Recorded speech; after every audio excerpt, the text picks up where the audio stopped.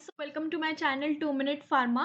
सो आज हम फार्माकोथेरापेटिक्स के कुछ की क्वेश्चंस देखेंगे जो ऑलरेडी समर 25 में पूछे गए हैं। So let's start. आज का हमारा पहला टॉपिक है इंट्रोडक्शन टू फार्माकोथेरापेटिक्स। ठीक है, तो उसमें आपको पहला क्वेश्चन है define pharmacotherapeutics, explain its scope and objectives. ठीक है, तो फार्माकोथेरापेटिक्स का क्या होता है आपको अच्छे से यहाँ पे डिफाइन करना है, देन उसका जो भी स्कोप एंड ऑब्जेक्टिव है ये लिखना है। ठीक है, ये क्वेश्चन बहुत इंपॉर्टेंट है, ये 2 to 3 टाइम्स पूछा भी गया है। देन नेक्स्ट है कार्डियोवैस्कुलर डिसऑर्डर्स। ठीक है, तो उसमें आपका पहला क्वेश्चन है define congestive heart failure and explain its management. ठीक है, कंजेस्टिव हार्ट फेलियर को CHF भी बोलते हैं, तो आपको वो पहले अच्छे से डिफाइन करना है एंड उसका मैनेजमेंट लिखना है। अभी यहाँ पे कुछ भी मेंशन नहीं किया है कि फार्माकोलॉजिकल लिखना है या फिर नॉन फार्माकोलॉजिकल लिखना है, तो आप फॉर द सेफर साइड आप दोनों लिख सकते हो। ठीक है, then define myocardial infarction and explain the etiopathogenesis of myocardial infarction। अभी यहाँ पे आपको डिफाइन करना है myocardial infarction एंड उसका इटियोपैथोजेनेसिस लिखना है। ठीक है, अभी कुछ लोग पैराग्राफ प्रेफर करते हैं, कुछ लोग बुलेट पॉइंट एंड कुछ लोग ट्री डायग्राम। ठीक है, तो आपको जो भी कन्वीनियंट है तो आप वो लिख सकते हो, बट मेक श्योर कि कोई भी पॉइंट आपका छूटे नहीं एंड जो भी एग्जामिनर आपका पेपर चेक करेगा उसको उसके लिए ज्यादा कन्वीनियंट हो। ठीक है, देन नेक्स्ट है हमारा explain stroke with its types and give the pharmacological management of stroke. ठीक है, अभी आपको यहाँ पे मेंशन किया है स्ट्रोक में आपको क्या क्या लिखना है, क्या क्या लिखने के लिए बोला है यहाँ पे आपको उसके टाइप्स लिखना है एंड उसका फार्माकोलॉजिकल मैनेजमेंट लिखना है। ठीक है, अभी ये किससे रिलेटेड होगा, मतलब जो भी अपन मेडिसिन दे रहे हैं पेशेंट को वो जो आप मैनेज कर रहे हैं, जो भी आप मेडिसिन प्रेफर कर रहे हो, ठीक है, वो यहाँ पे आपको लिखना है।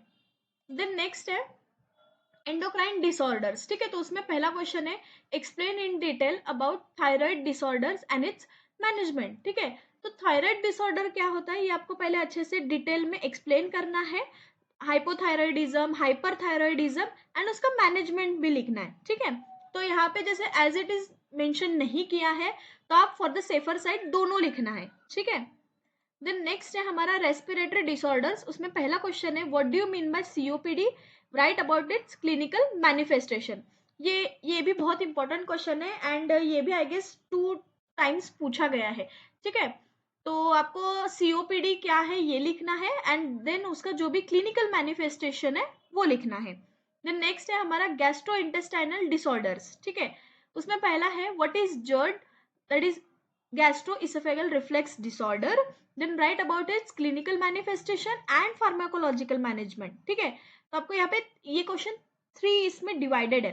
ठीक है, तो पहले आपको व्हाट इज जर्ड ये लिखना है। ठीक है, देन उसका क्लिनिकल मैनिफेस्टेशन क्या है ये लिखना है एंड उसका फार्माकोलॉजिकल मैनेजमेंट लिखना है। देन नेक्स्ट है discuss the clinical manifestation and non pharmacological management of alcoholic liver diseases, जिसको ALD भी बोला जाता है। ठीक है, तो आपको ALD का क्या क्या पूछा है, clinical manifestation and non pharmacological management.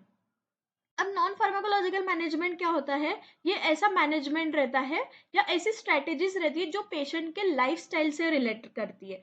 ठीक है, अभी अल्कोहलिक लिवर डिसीजेस है तो आपके माइंड में पहला मतलब नॉन फार्माकोलॉजिकल क्या लिखेंगे आप कि पेशेंट को अवॉइड करना है, क्या अवॉइड करना है, अल्कोहल, क्योंकि वो किससे हो रहा है, अल्कोहल से हो रहा है ना अल्कोहलिक लिवर डिसीज से। ठीक है, देन नेक्स्ट है explain the pathophysiology and clinical manifestation of gonorrhea and syphilis। ठीक है, सो इसका पैथोफिजियोलॉजी पूछा है आपको एंड क्लिनिकल मैनिफेस्टेशन। ठीक है, तो यहाँ पे 2 डिसीजेस का आपका पूछा गया है। ठीक है, तो गोनोरिया एंड सिफिलिस का आपको पैथोफिजियोलॉजी भी लिखना है एंड क्लिनिकल मैनिफेस्टेशन भी लिखना है। देन नेक्स्ट है discuss the pharmacological management of HIV। ठीक है, तो HIV का फार्माकोलॉजिकल मैनेजमेंट क्या है ये आपको अच्छे से लिखना है। तो हमारा नेक्स्ट क्वेश्चन है explain the aetiopathogenesis of urinary tract infection, मतलब UTI। ठीक है, तो UTI का आपको यहाँ पे इटियोपैथोजेनेसिस लिखना है।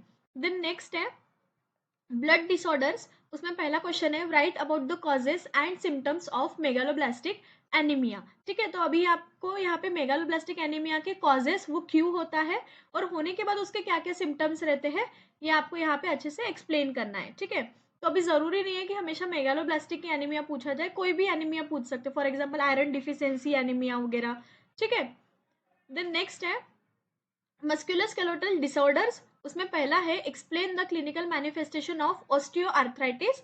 ठीक है, तो ऑस्टियोआर्थराइटिस को आपको यहाँ पे क्लिनिकल मैनिफेस्टेशन पूछा है। ठीक है, देन नेक्स्ट है हमारा नर्वस सिस्टम डिसऑर्डर्स। ठीक है, तो उसमें पहला क्वेश्चन है give the management of migraine.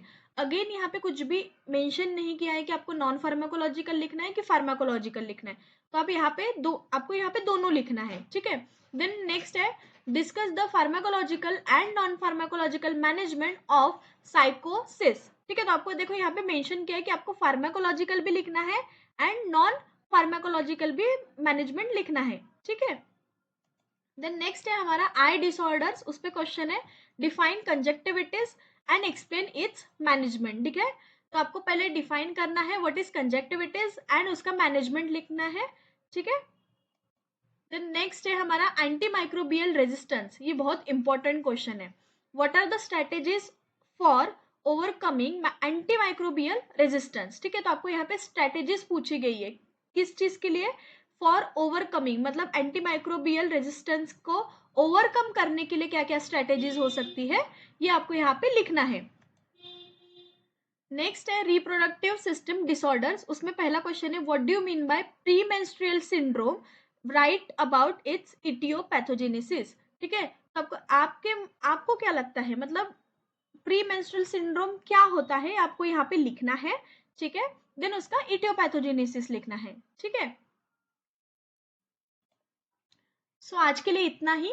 अगर आपको ये वीडियो यूजफुल इन्फॉर्मेटिव लगा हो so please like share and subscribe my channel.